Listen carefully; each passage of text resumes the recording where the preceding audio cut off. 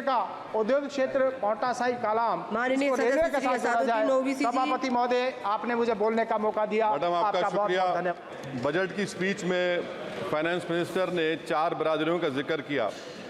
भारत की सबसे बड़ी अक़लियत मुसलमान है, 17 करोड़। मैं हुकूमत से जानना चाहता हूं कि क्या 17 करोड़ मुसलमानों में गरीब नहीं है, नौजवान नहीं है, किसान नहीं है, ख़वातीन नहीं है? वतन अजीज़ में सबसे गरीब मुसलमान है, सबसे ज़्यादा नाखवानगी मुस्लिम ख़वातीन में। AIDS और PLFS का डेटा ये बताता है कि मुसलमानों में सबसे कम असासे हैं और कंजम्पशन लेवल दूसरे मजहबी ग्रुपों के बनिस्बत सबसे कम है। तालीमी इदारों में मैडम 15 और 24 साल की उम्र में भर्ती एनरोलमेंट में मुसलमानों की सिर्फ 29%, शेड्यूल कास्ट की 44%, हिंदू OBC के 51% और हिंदू अपर कास्ट की 59% है। हायर एजुकेशन मुसलमानों का एनरोलमेंट सिर्फ 5% है। PLFS का 2018-19 का डेटा वेज एम्प्लॉयज़ बताता है कि मुसलमान 22% थे, 2022-23 में 15% हो चुका है। सेल्फ एम्प्लॉयमेंट में मुसलमान, हिंदू, सिख से ज़्यादा 58.4% है। रेगुलर वेज एम्प्लॉयमेंट में सबसे कम मुसलमान है 15% और कैजुअल लेबर में सबसे ज़्यादा मुसलमान 26% है। तो मुसलमानों का शेयर रेगुलर एम्प्लॉयमेंट में लॉस हो रहा है एम्प्लॉयमेंट का।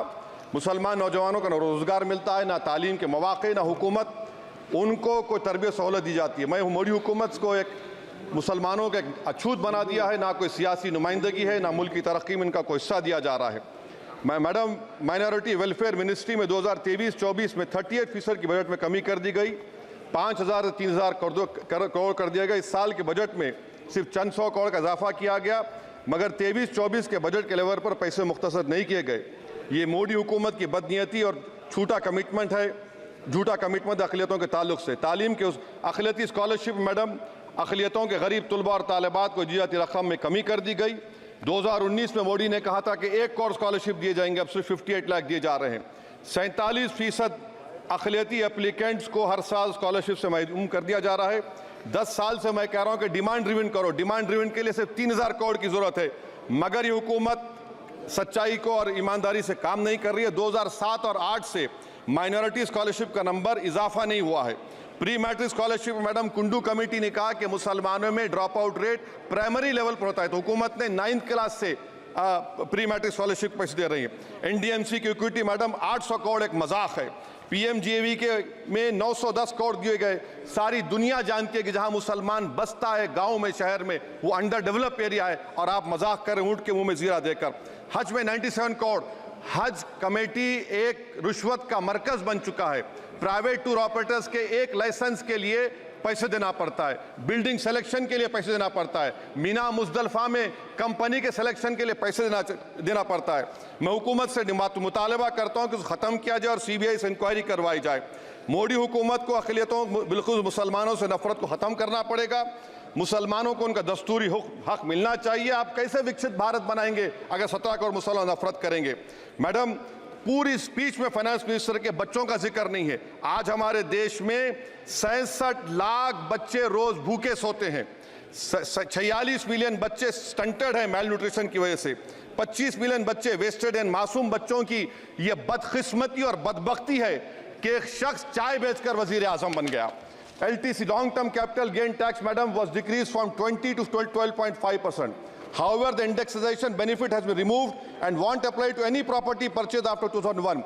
This will be detrimental to the growth of real estate, limit household capital formation and impact employment generation in construction sector.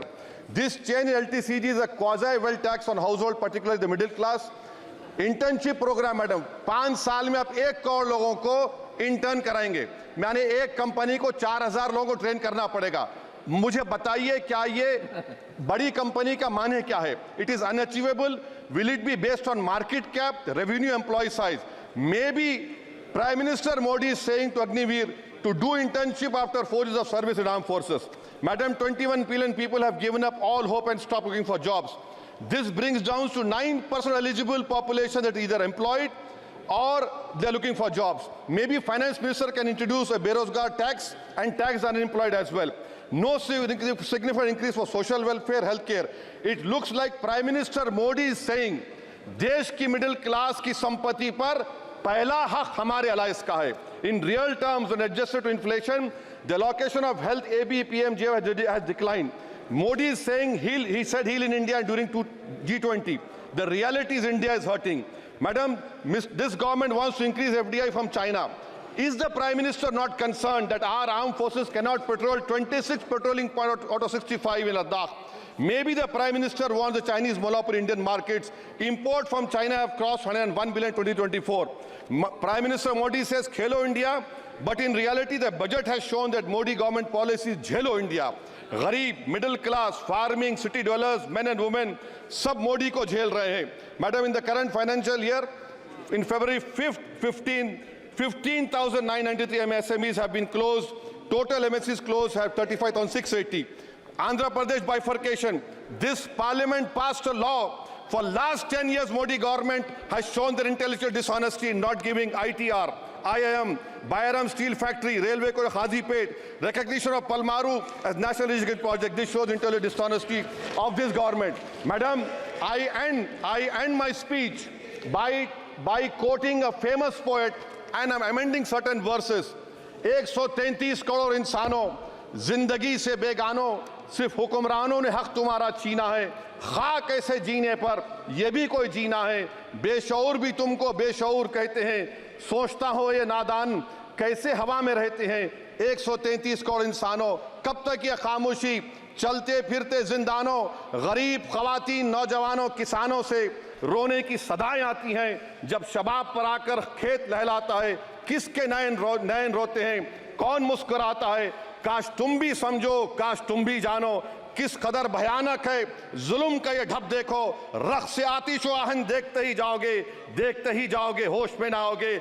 और अनएम्प्लॉयमेंट पर अभी बोला गया नौकरियां दे रहे हैं, तो शायर ने इनके बारे में अच्छा कहा कि फूल शाखों पर खिलने लगे तुम कहो, जाम जिंदों को मिलने लगे तुम कहो, चाक सीनों के सिलने लगे तुम कहो। इस खुली झूठ को, जहन की लूट को मैं नहीं मानता, मैं नहीं जानता। शुक्रिया मैडम।